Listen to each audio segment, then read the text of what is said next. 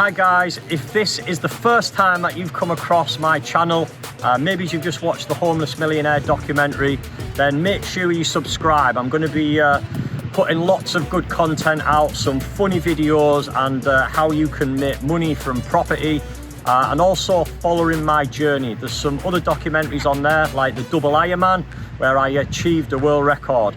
In this interview today, it's with one of my old bosses, a guy who I've got a huge amount of respect for, somebody who was my boss in Afghanistan and Iraq, and somebody who taught me about leadership and how to hold yourself when under high pressure situations. I'm sure you're going to love it. Make sure you share and like and put a comment in the comments box, and I'll get back to you soon. For those joining me today on this interview, I'm very pleased to have someone very special today, somebody who led me on operations where I got a couple of operational tour medals. So who's Dave Hughes? Tell us who you are, Dave. It's a difficult one, that, Steve. Just a good egg, I think, mate. Yeah, I'd say that. When did you join? When did you join? Joined as a boy in '84, Steve. So I joined the Junior Leaders Regiment down in Dover. So miniature Hitler Youth, as we used to like to call it. So do a year there, joined in '84. Moved on from there to Jib Barracks, obviously. Done phase 2 of training. And then on to Water Beach for my first tour in 3-4 as a young sapper. So, you know, that's how it started for me. It wasn't air support then. We was a field support squadron. Just standard field support, supporting 19th Infantry Brigade. Met some characters then, which sort of shaped you for the future. And then carried on my career then, you know, went and done the instructor's course after all the trade courses and everything. And then ended up back there as a troop staffer when you knew me, Steve. Yeah, I love that. So I didn't know that you'd been there before. I didn't know that that was your second time back there. Yeah, well, in the end, it was my fourth. I'd done every squadron apart from 4-8, I think, Steve. Did you, yeah? Yeah, so I'm going to ask you a couple of questions today. I'm going to go through a few things. So tell me, first of all, I'm interested to know, why did you join? Why did you join the army? What was the reason? I was going to join as a chef, Steve, to be honest. When I first went to the recruiting office, I wanted to be a chef. I was a lad at school. I wanted to do cooking and metalwork. They wouldn't let me do metalwork, so I ended up doing cooking and needlework, mate. So me, as a young lad in a class of 30 girls, I was a bit of an anomaly at the time because blokes didn't cook in '84, or they didn't do it at school. So hence I can use a sewing machine like the best of them now, mate. That's awesome. And it was I wouldn't say it was a way out, but it seemed like a fantastic option at the time. 2 years after the Falklands, so you'd seen what had gone on in the Falklands. And, you know, I wanted to do my bit. I saw what it had to offer. You know, I only signed up initially for 6 years and ended up doing 23. 23 years, impressive. And you left as what rank was it? Sergeant Major. So Sergeant Major 60 Squadron. Oh, were you? Yeah, I wasn't aware of that. Ah, there you go. Yeah, no, I finished as Sergeant Major 60. So we went back out to Afghanistan. If I dug me photos out, I could show you what Bastion looked like before it was actually Bastion and it was Tombstone, when the Yanks had 100 square metres of Hesco Bastion and a heli landing pad. That was what Bastion was. So I went out there, done all the recce's for the where they was actually going to put it, took the surveyors down to put out the survey spikes for everything.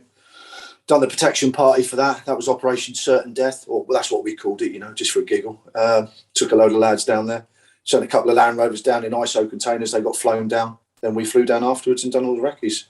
So, yeah, that was Op Certain Death too. So did you go to 60 straight after 3-4 then? Or No. So you got posted out after that, didn't you? So I got back to Water Beach in 2000 as a recce in 5-3. Fucking hell. There you go, Steve. There's Bastion, mate. Is it? Nice. When was that? What year was that? 2005. Yeah. So, no, I went to 5-3 as a recce sergeant in 2000. So I was down at Jib as a stripey doing, what was I doing at the time? So I got there to do B3s, done B3s, done B1s, and I was in the PSO's office. So with Phil Vowles, do you ever meet Phil Vowles? I'm not sure. Top bloke, mate. Absolutely top bloke. LE officer. He was a clerk all his life, but engineer clerk. Yeah. I first met him when he was 2IC 6 Squadron at Tidworth. So I first met him there, and I ended up working for him for God knows how many months, going up to records and sorting all the trade allocations out and all that sort of stuff in the PSO's office. Got selected staffy. Got posted as a stripey, back to 5-3, went out to Belize 2000, got selected staffy, and then swapped with Cam Cameron. You know Cam? Yeah. Yeah. So Cam swapped to 5-3, and I went to 3-4, and I took over from Damage. So, and that's who I'm up in Scotland visiting at the moment. So Cam Cameron, yeah. All right, nice. Yeah. So we're just he's over there, and we've rented a house just over the road from him. So yeah. That's how I ended up at Waterbeach for the second time. Then Staffy back down to export support team as a WO2 QMSI, selected then back to 60 Squadron and Sergeant Major. Tell me about this top that I've got on. Well, just to show people that haven't seen it. John White, that was, wasn't it? Oh, we've froze again. There we go, mate. There you go. Yeah, so tell me about this top. We'll try again. Yeah. Right, out on the CFT, we got warned off to deploy to Afghanistan, basically straight out to Kabul to go and reinstate the runway in the apron. So the Yanks had precision bombed every 200 metres down the runway, which was, what they needed to do. And then we went out there to do Op Fingal at the time, wasn't it? And then we got given the old ISAF badges halfway through, right, stitch these on. Oh, God, right, okay, we'll sew them on. And we didn't spend too long out there, I don't think, Steve, was it? We got to go out and do a bit for the school and everything out there, didn't we? Sorted the runway out down at Bagram. We sorted the runway at Kabul. I think that was about it. We done. You did a bit of work on the school there, didn't you? I did, yeah. See, I'm absolutely terrible for. I have conversations with Brew, and I don't know where you fall here. I never remember anything, so I can never remember the towns. I always get confused which pictures are what. Brew literally, because obviously Brew served underneath of you as well for people who are listening. Brew remembers everything. You show him a picture, he goes, "Oh, it was Afghan. That was there." He knows the place. He knows the time. He remembers everything. Like, well, we were Middle East gypsies before that, though, weren't we? Or was that before? No, that was before Iraq. So I do exactly the same, Steve, because we were so busy for that period of time. I think the 3-year period I was troop staffy there, I got over 700 days operational, or 700. Yeah, days away. So the LSSA was, money for old rope. But no, it was a busy old time. And then you sort of forget, because when we first, I first met, we went out to Iraq, Oman, didn't we? Yeah. So I had the best troop in the world. And then all of a sudden, I think it was Roger Bannister went, "You do realise these ain't all yours, Dave, don't you?" I went, "Well, what do you mean?" He said, "No, we've got some from 1 troop, some from 2 troops, some from 3 troop." I'm like, well, fucking nobody told me that. I'd gone in sort of lastminute.com and then off we went to Oman, didn't we?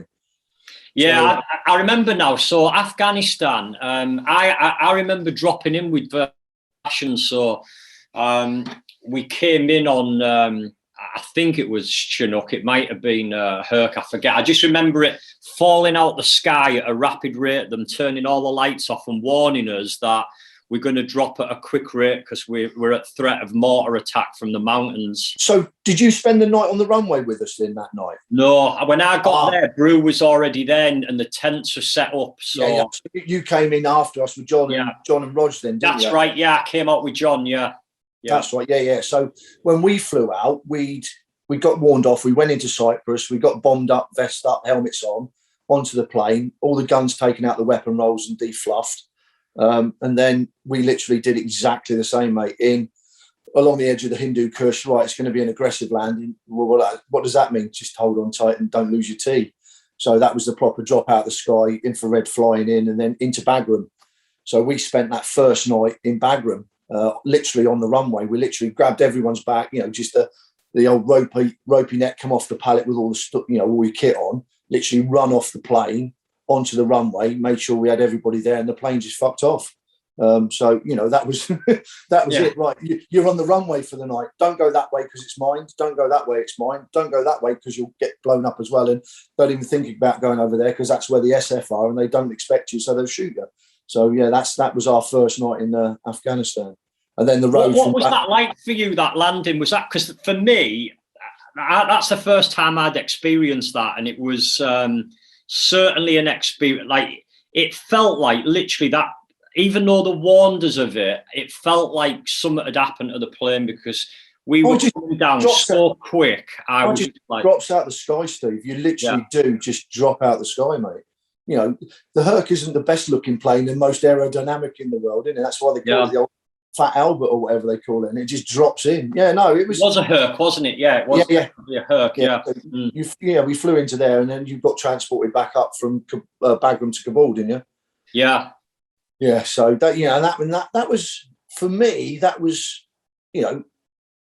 I'd done Bosnia in '96, and that was another place that you go to now, and what a beautiful place, but just ruined by the people that were there, by mining everything and blowing everything up and hating the neighbours. So that journey up was quite an eye opener because we were still in soft skin vehicles then. There was no armoured, no protection, no electronic countermeasures or anything. So that was, you sat in the back of a bloody Bedford with a canvas between you and the outside world. And all the way, you remember all the way along that road with all the little red markings and the arrows where all the mines were and all that sort of stuff. And the thing that I always remember is that, a little 11-year-old sat there with an AK on the side of the road as a little sentry. Yeah. Stuff like that was not a shock because you see it all over the world with child soldiers and stuff, but to actually firsthand go, that's an 11-year-old sat there with an AK. Yeah. Me and John, you remember JD, John Daniels? Yeah. The resources guy. Me and JD used to go backwards and forwards to Bagram quite a bit because we had the lads down there sorting the runway out. Remember those cutting all the slabs up and moving them so they get the runway there sorted. So me and JD went down regularly to make sure the stores were there. And we was on the way back up one day, saw the youngster sat there as you do. And we had what are they? The old RPG fired across the top of the Land Rover. Thankfully he was a shit shot, but that it went over the top of us and landed to the side of us. And you're like, that was close. I went with JD a few times myself off camp with the old pistol and that, and to get stores and things like that for the school, and that was a real eye opener for me because that was the first time I seen kids with missing limbs. And well, I remember seeing that out in Bosnia. And that there's a certain smell of those places, because they don't have the best firewood in the world, and they're all cooking on wood, and you get that smell no matter where you go, whether it's Kenya, Belize, Afghanistan, Iraq, Kuwait. There's that smell of wood-fired cooking, and and you see the kids without the limbs and everything. And you don't become blasé about it or immune to it. I just think it becomes part of the norm for you. Yeah. There's a couple of limbless veterans where I am in Libney in the Forest of Dean, and they've got them missing, and it's I know you've lost your leg and I know how it's probably done, but I'm not going to ask you about it because it's not for me to ask you about it.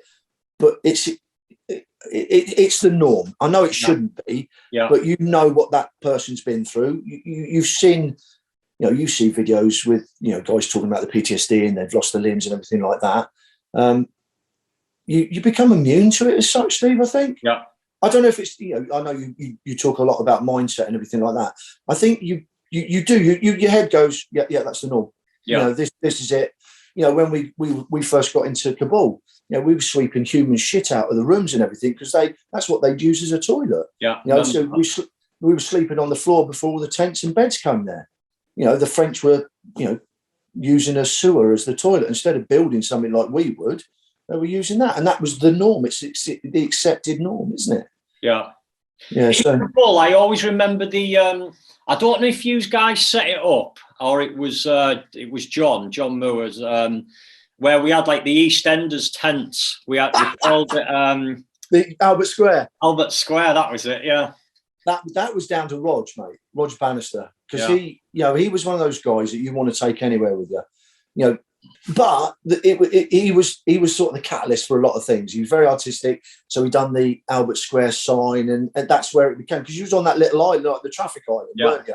Yeah. And that's what became Albert Square. So me, JD, Big and Daft Robbo, we had, because we got there early, we had a tent just behind where the Arrivals Lounge was at the time.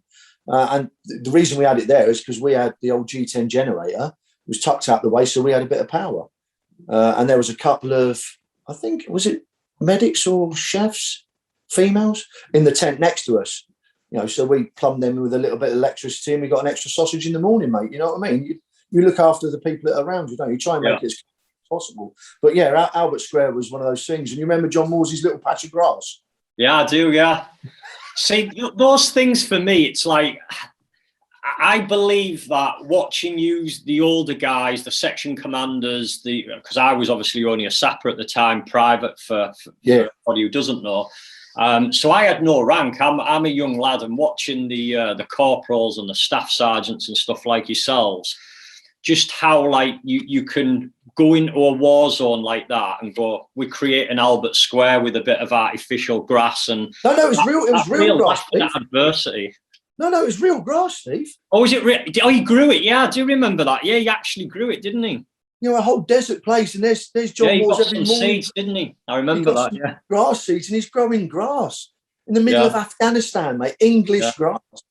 We get there with a set of scissors, him and Tony Whitley cutting his grass. You know what I mean? I remember that now. But those were the characters that made those horrible places so much better. That it's not gallows humour as such, but that black humour of especially the engineer, mate. He's legendary for it. Was you there when we had the panther attack on the cookhouse? Yeah, I was going to ask you about that as well. When the SWO basically said that's it, the end, and I've seen it where there's pictures of Kabul, the airport, and I've seen them panthers still on the buildings. That our lads were climbing up 50, 60-foot buildings to spray them panthers on. Yeah, that was panther. Oh, it's not on there, is it? Yeah, it is. It's just under the ISAF, Steve. Is it? Yeah. Yeah, got the Black Panther on top. Oh, yeah. It's inside the badge. Yeah. So yeah, it was that little sense of humour that just makes it a little bit more fun. You know what I mean? You remember the old Afghan bread? Yeah, I do. Yeah, I didn't until you said it.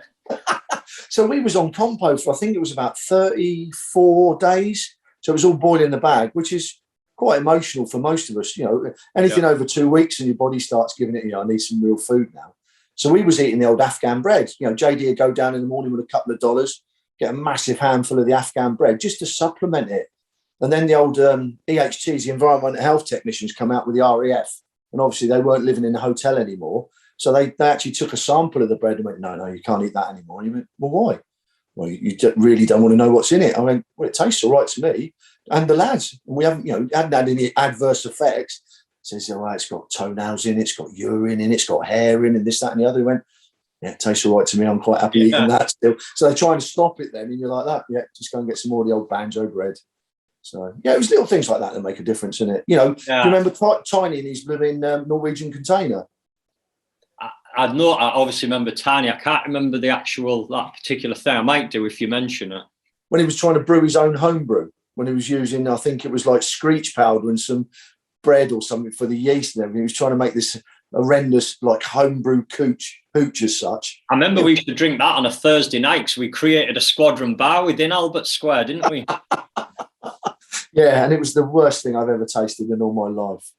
But it was like anything there, and the plane, the flight would come in and out, and you were trying to get some beer in there. Everyone likes a beer at the end of the day, and it became like $5 a can or something just for a popsy little can of Heineken. Yeah. But just that one little luxury, same as Haribo, isn't it? You know what I mean? Yeah. Like share it out. You're the only one with a bit of Haribo, and you could have that whole bag to yourself. But you wouldn't. You'd share out the luxury. Share out the love with the lads. Wouldn't you? Yeah, there's something I want to ask you on that as well, because that particular tour, there's another couple of things I remember. And I remember, I think it was Brew who actually done it, a couple of lads. I think Rod Bannister might have been involved, where they got the old cork bottle, put the MREs in it, screwed the bottle up and stuck it outside the French tents.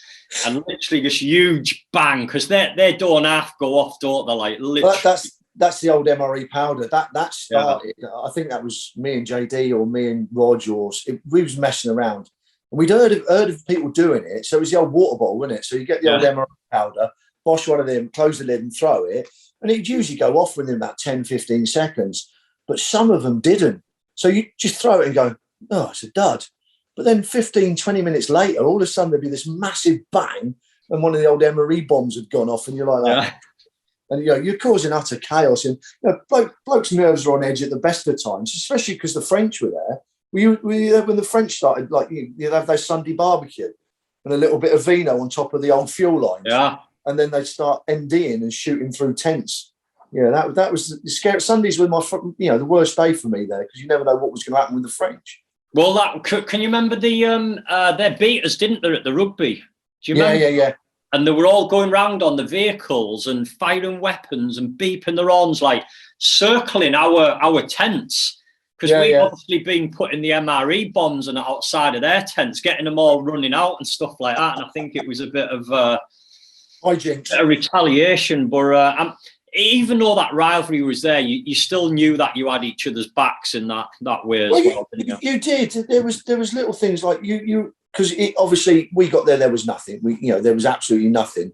And then, Albert Square formed, you had the tents, and then I think it was the French had that shower unit where you sort of go in. Oh, it was amazing. With all the zippy bits. You put all your swag in the zippy bits, have a hot shower, get dressed in the shower, unzip, and out you come with all your swag. Yeah. It was little things like that sort of made it better. And then we made, I helped John White make you remember the big water boiler system we had?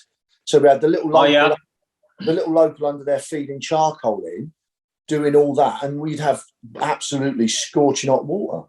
Those little toilets with a toilet seat. The little things that make life that little bit better.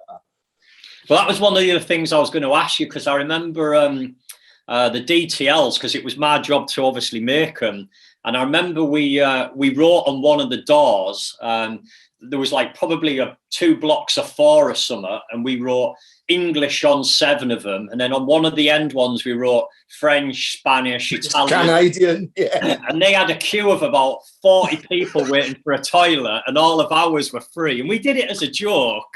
And they just queued, didn't they? Yeah, they queued for just hours and that. And I think it was Tony Whitley who done it, where they sort of clocked onto that, and then they started using them. So our lads actually went and filled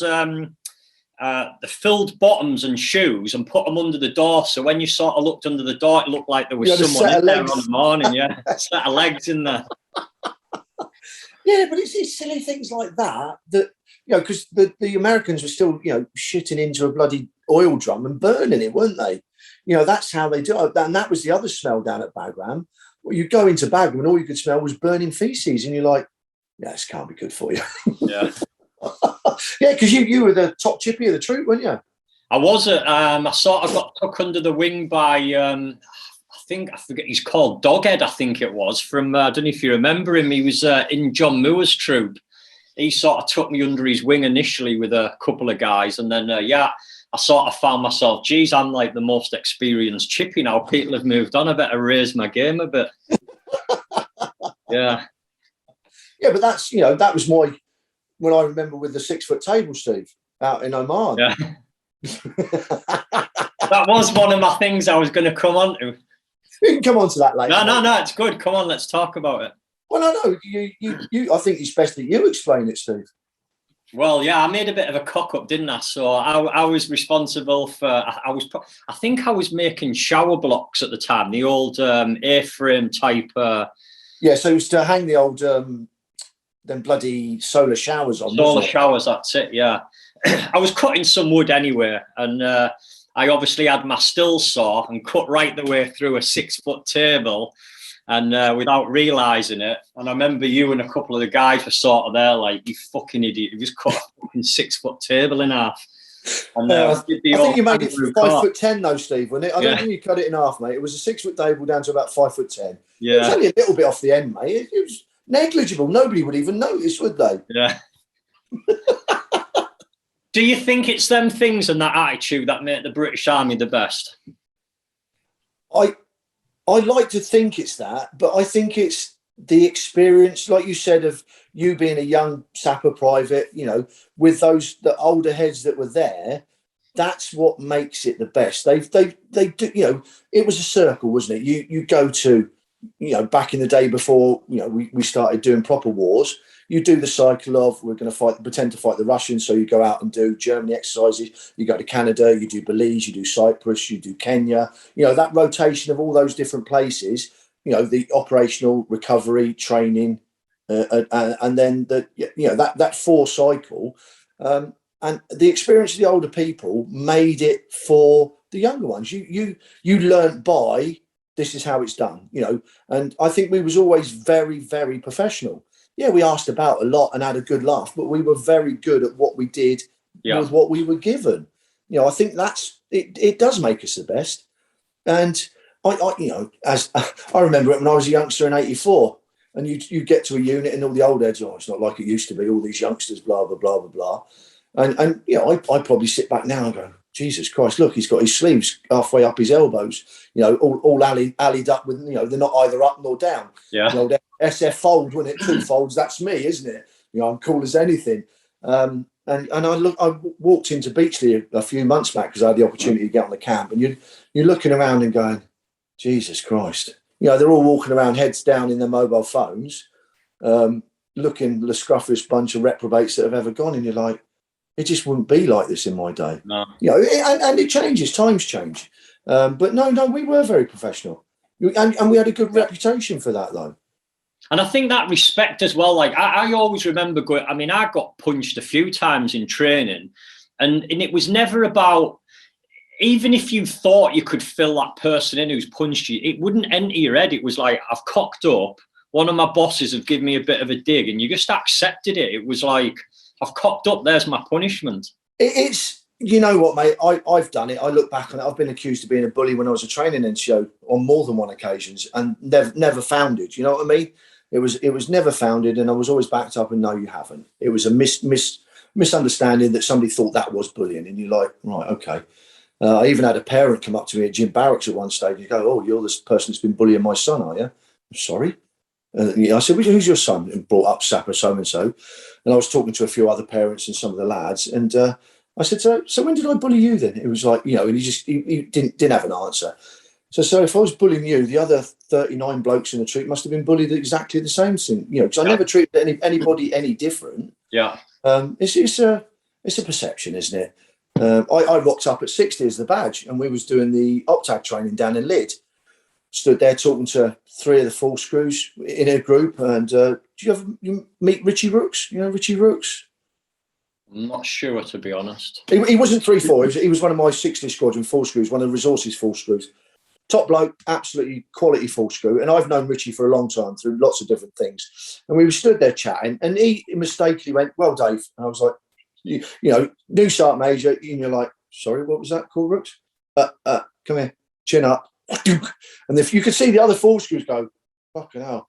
I said, "Look, guys, there's a time and a place for stuff like that." And you sort of lay your table out. Never had to do anything. The word got round then, and you don't have to. You're not going to hit people. That's not the way you earn respect. You earn respect by your actions. Do as I say. And you lead by example. I wouldn't do anything. I wouldn't make anybody do anything then that I wouldn't do myself. I used to walk around when we was up in Oman. I'd pick bloody rubbish up. I wasn't doing it. Somebody's left the water bottle. Pick it up, chuck it in the bin. It's not for me to do outside areas every morning, but stuff happens. Doesn't bother me. Christ, I still do it now in the job I do now. It don't matter. It's one of those things, isn't it? No, absolutely. It's that respect thing. I always remember that tour in Afghanistan though with John, because John was, I don't know, because you were on a different level with John. You were obviously same rank, but I know as a young lad, it was like John was a scary bloke, and I always remember that. I'll never forget, there was he was a powerlifting champion. You might remember him in Afghan. He was a fireman, really big bloke, like really muscular. Yeah. And he was spraying, washing down their fire hose. And there was a shortage of water, and he's just like wasting all this water, cleaning his, and I remember John just like that, when his nose used to go red, and it would just be like, what the fuck is he doing? And he just went over, grabbed hold of this bloke, started ragging him about, and I was like, young sapper thinking, fucking hell, you don't want to get on the wrong side of John. Yeah, it's mutual respect. John was one of the old heads of the Starfish, so there was obviously me, Spreaders, and John Moores, wasn't there? As the 3 Troop Starfish, and we had a good respect for each other as well. You know, it goes throughout the ranks. You know, you as a young toffee rapper, you remember it when you was a full screw. You still had full screws in your peer group that you respected, looked up to, and those that weren't that good as well. But you still respected them as a person and as an NCO. And we were lucky with the guys that we had. Those I said us 3 Starfies, we got on very well, and that went down the line. You know, it made that squadron as good as it could be at that time. You know, everyone goes, "Oh, best squadron I was ever in was this at this time," and you go, "Well, I was in this squadron. It was just as good as yours, if not better." You know, we were lucky in 3-4. We just seemed to get the cream of the crop, right? You know, even though one of the other, whatever the other squadrons was air support, lead air support. Yeah, we'll send 3-4. Okay, all right then. Yeah, they've just done that. Let's send them back out. We'll do that. We'll do this. You know, did you go out to PSAB with John? Did you out in Kuwait? Not Kuwait, Saudi. Yeah, I did. I went out there with Badders. Oh right. Was that 2000? Yeah, that was 2000 because I took over. I took over from Badders because Badders had only just come in from damage, hadn't he? He hadn't been there long and got his QMSI and then went back down to Chatham. So I sort of came in with Badders. And I'm trying to remember who my recce was. And I know it sounds really bad, but I can't remember him because he went out to Oman. And then all of a sudden he had one of those personal emergencies. And then Marty? Marty, that's it. Yeah. Yeah. So he ended up being the provost sergeant, Marty Davies. That's it, Marty Davies. And that's sad that I couldn't remember it. But I briefly had Marty out in Oman. And then sort of Rog sort of stepped up as sort of, section commander recce. Because that's when we had Jane Gisden as a troopy, wasn't it? Yeah, and this is the thing, like, because there's that much crossover and all, like you said, there was that many tours around them time. I forget, I'm piecing it all together, who was where at what point. I just forget. I asked Brew. Brew will send me a message going, mate, that picture you've just put on of Afghanistan, that was Iraq, mate. And I'm like, all right. Yeah, because Brew was up here, wasn't he? He was up at Lossy. So I missed him when he was up here last, but I messaged him a couple of months back. I had a couple of months back. It was probably bloody Christmas, mate, or something like that. And I had a nice message back from Brew, and we've been trying to catch up since. But it's you know what it's like. Everyone's busy and trying to do everything that they can, mate, aren't they? No, absolutely. I've got a couple of other questions for you. So I'm a big believer in that in life we all make mistakes, and it's not about letting that hold you back. It's how you respond from that. What's the worst mistake you ever made in the time while you were serving? Oh, there's a list of them, Steve. Which one stands out? One that stands out, the biggest mistake. I don't know, Steve, to be honest. It couldn't have been that big because I've forgotten about it. There's loads of little ones and there's lots of stuff that I got caught for. I'll tell you what it probably is, Steve. It's probably in Iraq borrowing 3 washing machines and a tumble dryer for the lads' block, scurrying them away from actually in Iraq back to Kuwait. I remember. The convoy got stopped, didn't it? And they had to go back. No, we got back to Kuwait and we were loading up our ISO containers. And I think it was John White and Dougie Black, because Dougie Black was the new QM at the time, actually saw, I think it was Stu Habigum and a few others, loading them in and going, what's that? What's that? Well, it's washing machines and tumble dryers for the block. Where have you got them from? Right, Staff Hughes, come and see me. And that was probably one of the mistakes I look back on and go, we just got caught. You know what I mean? It was one of those, we got caught. Yeah. It's not the fact you've done it, the fact you've borrowed, liberated, acquired. They just didn't like the fact that they weren't part of that. And that's how I feel about that. Yeah. I know there was lots of other stuff that came back from there that shouldn't have done. I just got caught, mate. That's probably one of the worst ones. Well, not one of the worst ones. Yeah, that's about it, mate. Nothing major league. I'm sure there's probably stuff out there that other people could probably go, well, I remember when you've done that. I got accused of running a kid over in Afghanistan. You remember that? On the cycle? That never actually happened. The kid fell off his bike. Did he? That was in the 4-tonner going up to visit the school. That was laughed about. I got accused of killing a recruit at Jib. That was quite a funny one. That was end of exercise. Coming back, so we'd been out, because you used to get like a Saturday and Sunday back in the day. So I managed to sort of string it out so you'd get out on a Saturday morning, do Saturday, Sunday, Monday, Tuesday, back in Wednesday, sort the pass out parade off, and then do that on the Friday and go. But we were on the tab back in from one of the final exercises. One of the lads just went down, he just wibbled and went down. So we chucked him in the Land Rover and thinned him back out to the hospital. So we carried on with the run back in, got up to the back end of camp, where the old assault course was. Yeah. So we were going to do the assault course, and the squadron 2IC come running up to me. He says, right, son, Hughes, that lad's died. I went, sorry? Yeah, that lad you sent back, he's dead. I went, all right, so I don't think we need to do the assault course. Get the blokes back in, get them warm and dry, get the weapons cleaned, and we'll deal with the fallout from that. I was like, fucking hell, I've killed someone. You feel responsible for that. It's not a death being shot or anything like that. It's a training accident. And I'm like that. I was only a young stripey at the time. I changed the exercise, made it a bit more robust, so it was challenging, A, for the guys that were doing it, and B, for my section commanders that you have to then rate. You have to do a confidential report from them guys at the end of the day. Yes, they are all good, but you've still got to rank them, in order of, not seniority, but ability. And if you're giving them a non-challenging exercise as a section commander, how can you see how they cope? It was a realistic task. Anyway, so I gets into, I'd gone through East Creek at the time, so I'm absolutely soaked down to my undercrackers, gets into the mess, go across to back to the squad, go across the mess, get dry and warm and everything like that, and then get back across to the offices, but up to the guard room, and then speak to the lads there, orderly sergeants in, orderly officers in, and he's gone, right, we need to phone the parents. I said, I know this may sound like a silly question, but we actually confirmed this guy is actually dead. Oh, yeah, your section commander phoned up and said one of the guys has died on the run, and we've taken him off. So I said, hold on. He said, what? He's died on the run. So he's gone down. He hasn't died. Can we phone the hospital and check? So they were just about to phone the parents and say their son had died. And I phoned the hospital, spoke to one of my force crews. I said, what's happening, mate? He said, he's all right. He's in one of the hospital beds. They've warmed him up. He's fine. They've got fluids. I went, so he's not died? I went, no, where have you got that from? I went, no worries, mate. I'll sort this out. So I then, said to everyone, right, can we calm down now? He's actually not died. He's not dead. Let's get back to reality. Yeah. Walked back across the squadron, saw my sergeant major. Went, you're right, Dave. I said, I am now. He said, well, even if it had happened, mate, we'd have sort, you hadn't done anything. I was like, yeah, thank fuck for that. I thought I'd killed someone. Yeah. You know what I mean?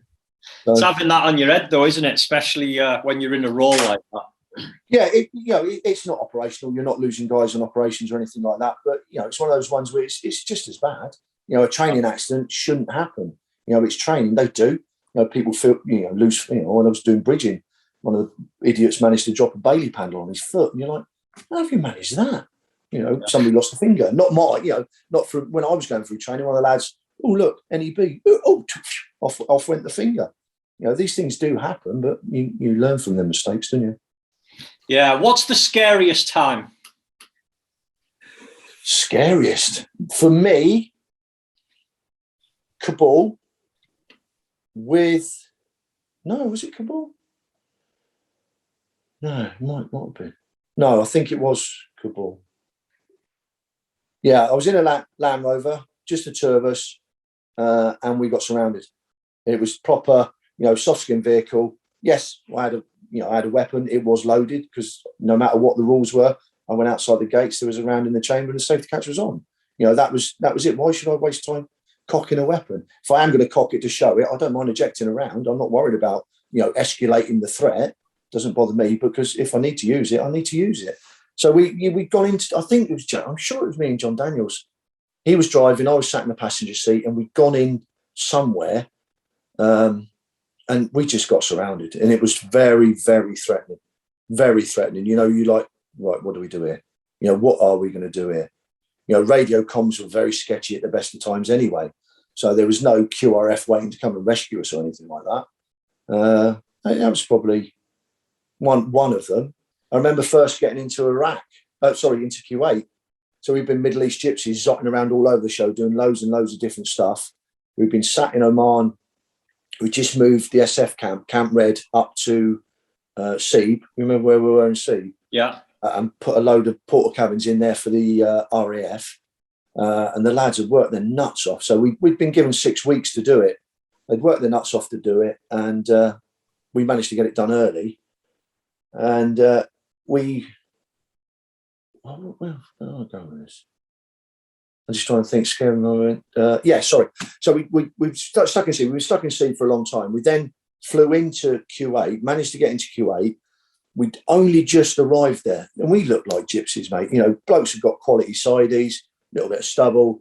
The kit was in rag order because they've been out on ops for 3 months before anybody. You know, they deployed the regiment out there for some strange reason, and they were all sat there in big tents and everything. And we get there, all looking clean and shiny and pristine, and we look like a bunch of pikeys. Just rocked up there. I was talking to John Evans, actually. He'd come and said, "All right, Dave, how's it going?" I went, "All right, mate, what's going on?" He said, "Oh, well, you know, be careful, you know, new badge, blah, blah, blah, you know, new stick man, blah, blah, blah." All right, okay.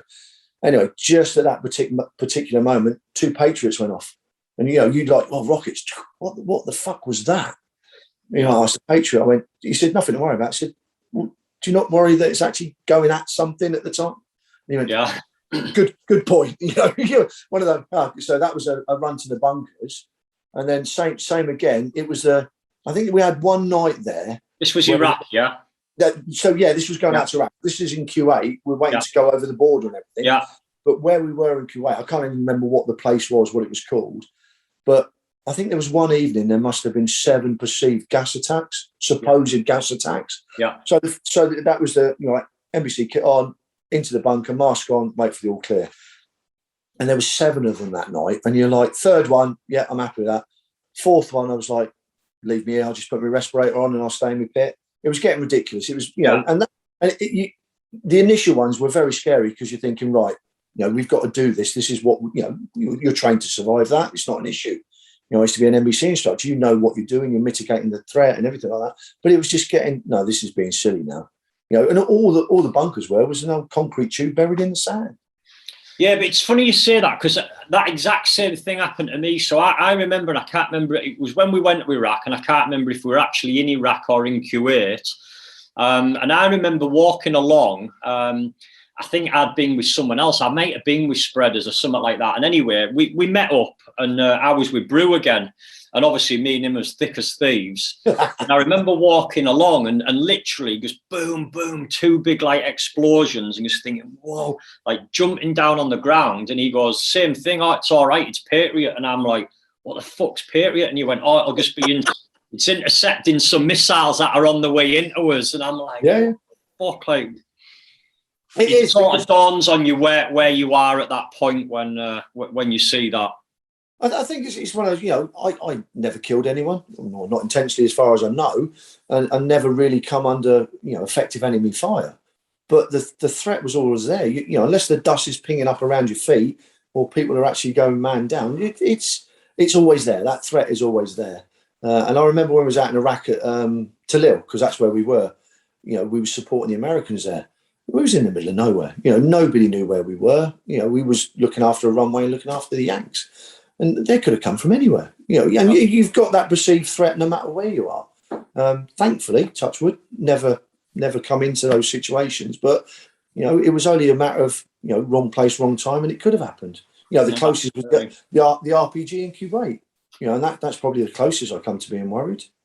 Do you remember the Sergeant Major at 60 Jono who actually injected himself with these? No, it wasn't Jono. It was Finesse. I'm trying to think what his name was. A little short guy, and that was literally a couple of days after we'd had that Patriot incident. Yeah, I thought it was Jono. I've told that story before. I thought it was 60 Squadron's badge. I thought it was. It was 60 Squadron's badge, but Jono wasn't the badge. All right, okay. No, I'm trying to think what his name was. He was a short guy, lovely bloke. But he's a little bit chunky. You get to that sort of stage in life. Some of us are still fit and healthy, and some of us let ourselves go. And he'd literally run his nuts off to get to the air raid shelter. He'd gone to one, couldn't get in it because it was full. So he zotted round to another one, managed to get in there. And because he was blowing like an asthmatic ant carrying heavy shopping, he thought he was suffering the effects. Stabbed himself and gave himself atropine poisoning. So, Yeah, I do remember that one, and that's one I always, relate when I was teaching NBC after that. You've got to be making sure that you are actually suffering from this. Well, he came into my bunker, and I was a young lad, and I remember they'd shut the doors down, and someone was banging on the door, and obviously you had a cut off that if someone didn't make it by that point, you didn't open the door because you're putting everyone else at risk. Yeah. And I remember them braying on the door and someone shouting, "I'm with the Sergeant Major."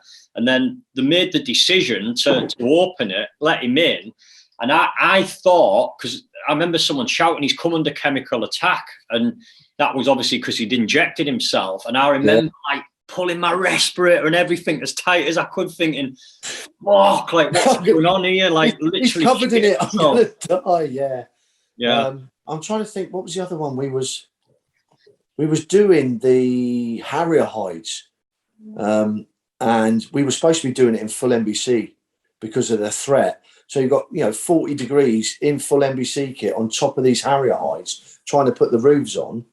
And I was like that, right, let's stop this. Let's go down to NBC trousers, put a T-shirt on. If you need to do it, you've got plenty of time. Get your respirator on, get under cover, you can get your suit on, And I got, somebody sort of tried to bollock us for that. And I'm like, hold on a second. It's risk assessment. These guys are going to die from heat exhaustion more than a chemical attack. Yeah. Let's get them cooler. Let's get them, to a state where they can actually do the work, and we're not going to lose them. I always remember. I think that might have been it was Iraq, and you came over. There was probably about I think it was Iraq. There was about 10, 15 of us working, and you went, "I'm looking for 2 volunteers." And I was one of them that put my hand up. And there was that rule in the army that don't volunteer for things. And I put my hand up and Brew did. And you kind of went, right, okay, you 2, come with me then. And we went on a Black Hawk. Do you remember that? Yeah. But that's part and parcel of it. I was lucky enough to be able to share the love with a lot of people. Did you come out to Italy with us that time for Easter? No, I didn't do that. I think Stu Abigham did, and a few others. It was one of those phone calls. The Kev Ball, you remember the old GE Kev Ball? Yeah. So Kev Ball had gone to 12 group, and he phoned the 2IC up at the time, Kev Grantham, and wanted a load of guys to go out and strip out Harrier pads out in Italy, enjoy it. And Kev Grantham had gone, no, we haven't got any blokes. And Kev Ball went, oh, right. So he then phones me in the troop office. He goes, Dave, you're right. I said, yeah, Kev, why? He says, you fancy a little jolly out to Italy? I said, why? He said, well, I need some blokes to go out to Italy. I went, right, what's the job? Long story short, I went into the G10. I said, right, who wants to go to Italy for holiday for a couple of weeks? Selected, I think it was about 8 or 10 blokes, and we had 2 weeks out in Italy. Right, I need some volunteers. And, same again, everyone's like that. Yeah, I'll go. And that's when we had a good lob out in Italy. Yeah, Black Hawk, yeah, them were the days, eh? Yeah, absolutely. 3 questions I want to finish with. What was the best time you ever had in the military and why? All of it, Steve. You look at it all as a massive group. You can go back to all your good, like yourself, you've got many, many achievements.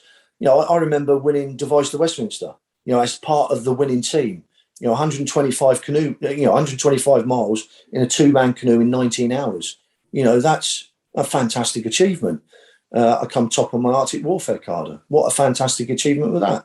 Top instructor on my instructor's course. Lovely achievement. Being a troop staffie, getting to go operational so many, many times, and having the responsibility of looking after those 30 blokes.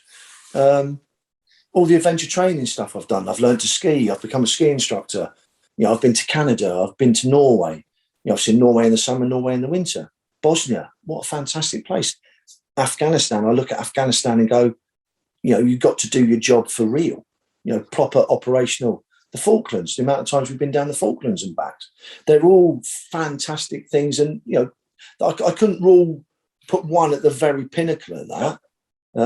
Every promotion day that you actually got selected, you know what that's like. It's a great achievement, and you can look at all of them. I couldn't put one down and go, yeah, that's the best ever time, because there were so many.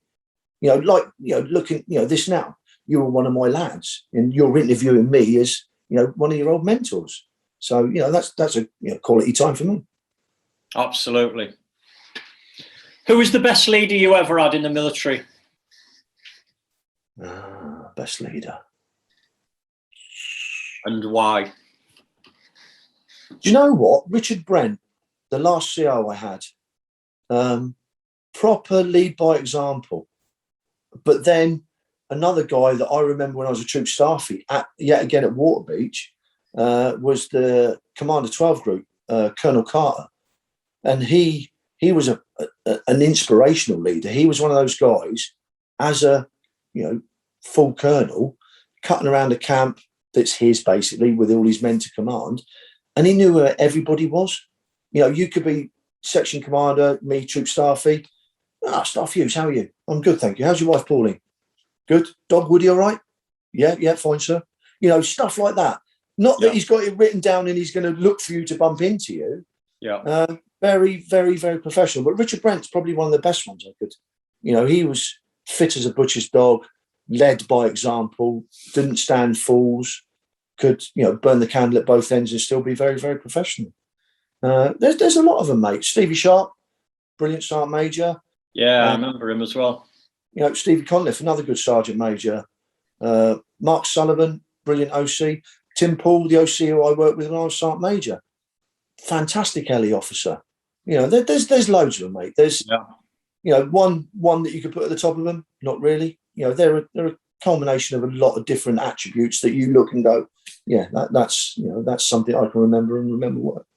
As I agree. I took little bits from yourself, from Spreaders, from Badass, from all of these people, just taking all these little bits, like little things that I seen that I thought that was a good leader. And I think that you become a bit of everything what you're exposed to, don't you? Yeah, you do. You can take it on, and you've got to be your own person, mate. You've got to be what you are, because trying to be somebody else is not right. Your values and everything like that and standards are yours for a reason. My admin was always squared away because I learned in the best place in the world at -30 in Norway. If your admin is not squared away and you're not looking after the people around you, something bad is going to happen. Yeah. My wife's taught me a lot about business. She's a practice manager she's been, had lots and lots of staff, and watching her deal with situations, you're like, I didn't even think about doing it like that. And I've learned a lot from her on those bits and pieces, and you take it from wherever you get it, Yeah. What's your take on Afghanistan at the moment for somebody who went out there when the war started, seeing what we're seeing right now? What's your take on it?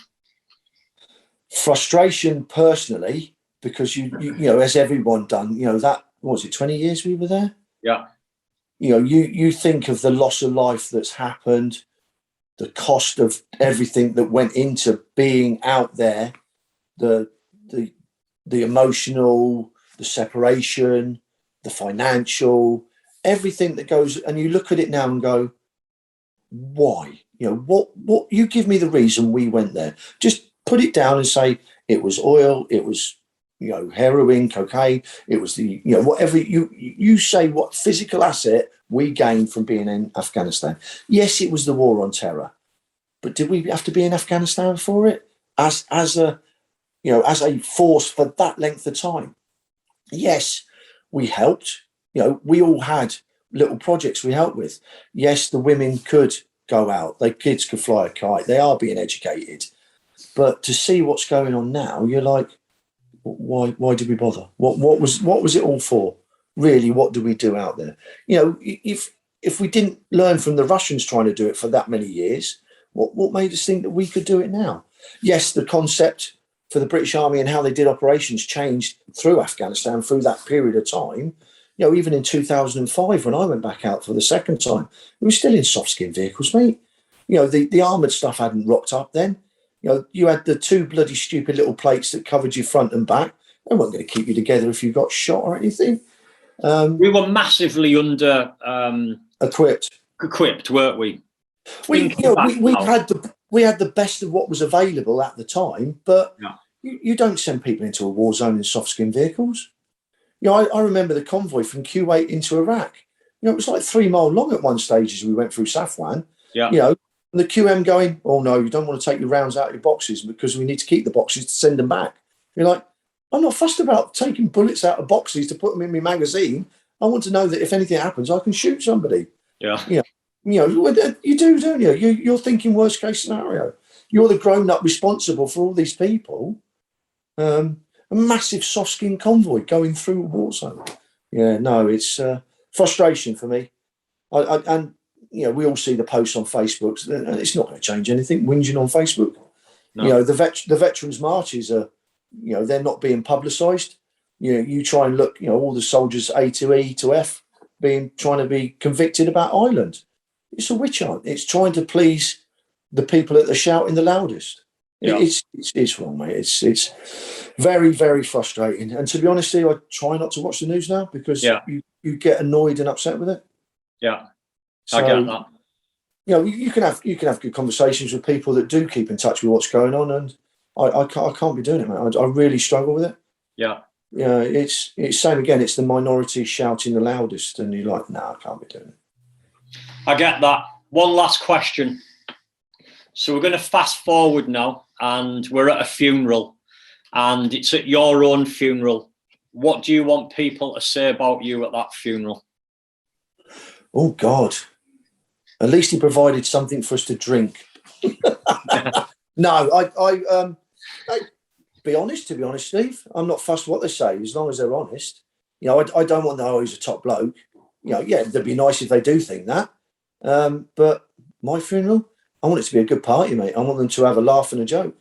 I went to one recently of a lad that hung himself. Good friend of ours, Dean Hart. Dean? Yeah. PTI, done Gladiator. Yeah. Yeah, he hung himself recently, and I went to that funeral and managed to reconnect with some guys that I hadn't seen for a very long time. And it was, one of the guys was 15 years, maybe longer, I hadn't seen him. And it was as if, just talking like we are now, mate, there was no, why haven't you phoned me? You haven't talked, we haven't rung, It was just back into the same old, mate, take the piss out of each other. So, no, my funeral, be some good music. There'll be a massive bottle of Jack Daniels on the bar that they can help themselves to, and just be honest, mate. That's what I want for mine. And that's what I'd expect for someone like you. Dave, I've absolutely loved this. You are a great leader, someone that I've took a lot of inspiration from and certainly learned a lot from. A lot of fun things, a lot of crazy things, and also how to conduct yourself as well and be a leader to lads. So it's been a pleasure to have you on and to interview you. Brilliant, Steve. Thanks for thinking of us, mate. I've enjoyed it. I hope you get something out of it as well, mate. And wherever this goes, mate, I hope it helps somebody else to understand stuff.